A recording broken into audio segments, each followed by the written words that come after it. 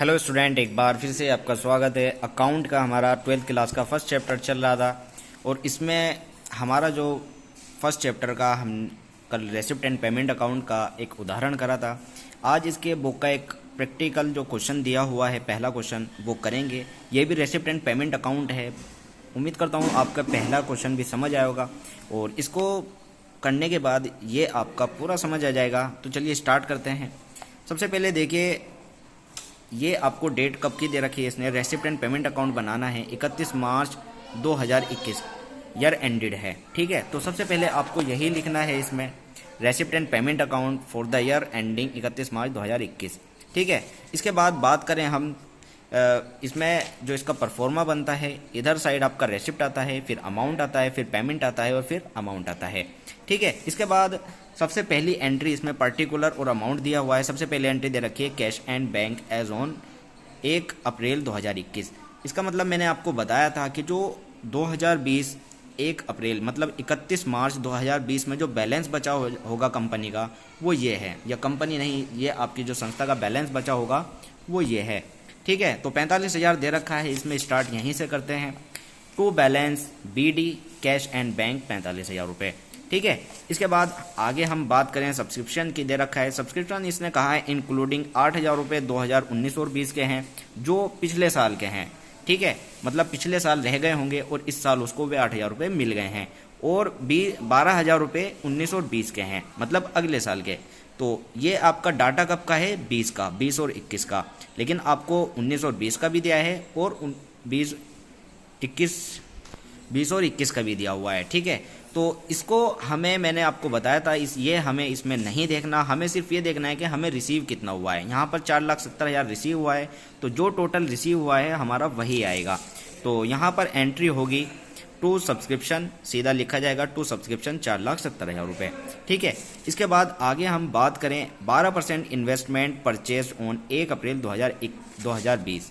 ठीक है, 12% इन्वेस्टमेंट हमारे परचेज हुए 1,50,000 के। ठीक है, तो परचेज हमारे हुए, इसका मतलब ये हमने पेमेंट करी है, खर्चा है, तो ये हमारा बाई की तरफ जाएगा, पेमेंट की तरफ। 12% इन्वेस्टमेंट आपके 1.5 लाख रुपए के। ठीक है, इसके बाद अगर हम आगे बात करें, इसमें आगे दिया है एंट्रेंस फीस रिसीव्ड। ये आपको रिसीव्ड हुई है, मतलब ये रेसिप्ट की तरफ जाएगा। कितने हज़ार रुपये हैं? 15,000 रुपये। तो रेसिप्ट की तरफ हम आपको इसको लिख लेते हैं, टू एंट्रेंस फीस रिसीव्ड 15,000 रुपये।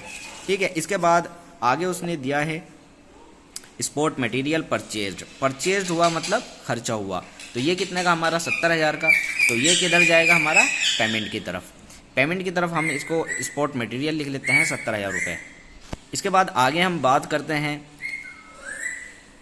फर्नीचर परचेज हुआ, ये भी हमारा खर्चा है 80,000 रुपये का।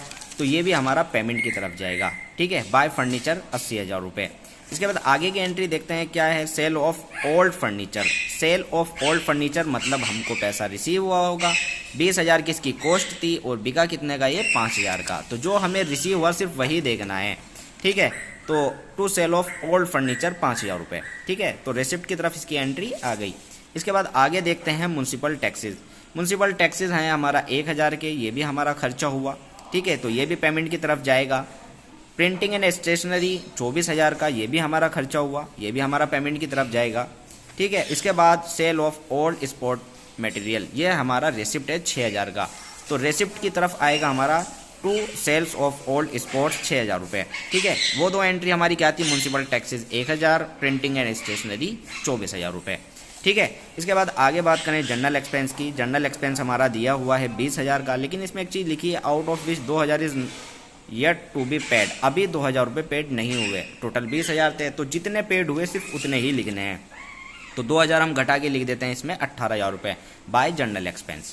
ठीक है, इसके बाद आगे हम देखते हैं क्या है, इंटरेस्ट रिसीव्ड ऑन इन्वेस्टमेंट। तो ये हमारा क्या हुआ? अगर पैसा हमें रिसीव हो रहा है तो ये हमारा रेसिप्ट हुआ। कितने का था? ये 6,000 रुपये का। तो इंटरेस्ट रिसीव्ड ऑन इन्वेस्टमेंट 6,000 रुपये हमारा रेसिप्ट की तरफ आ गया। इसके बाद आगे बात करें टूर्नामेंट एक्सपेंस, ये 72,000 के थे, जो हमारा खर्चा है। और सैलरी पेड, ये भी हमारा खर्चा है, जो 84,000 के थे। इसके बाद पोस्टेज एंड कोरियर, ये 2,000 का, ये भी हमारा खर्चा है। तो ये तीनों एंट्री हमारी खर्चे की तरफ जाएंगी। ठीक है, postage and courier 2,000, salary paid 84,000, tournament expense 72,000। ठीक है, तो ये हमारा पेमेंट की तरफ चला गया। इसके बाद ये सारे हम जोड़ लेते हैं, 5,47,000 आए। ठीक है, और इसके बाद ये सारे हमें जोड़ के 5,47,000 यहाँ लिख के इनके बीच का जो डिफरेंस होगा वो हमारा बैलेंस CD होगा, जिसको कैशियर बैंक बोला जाएगा। तो ये हमारा आएगा 46,000। तो ये था क्वेश्चन। उम्मीद करता हूँ आपके समझ आया होगा। अगर कुछ समझ नहीं आया तो मुझे बता दीजिए।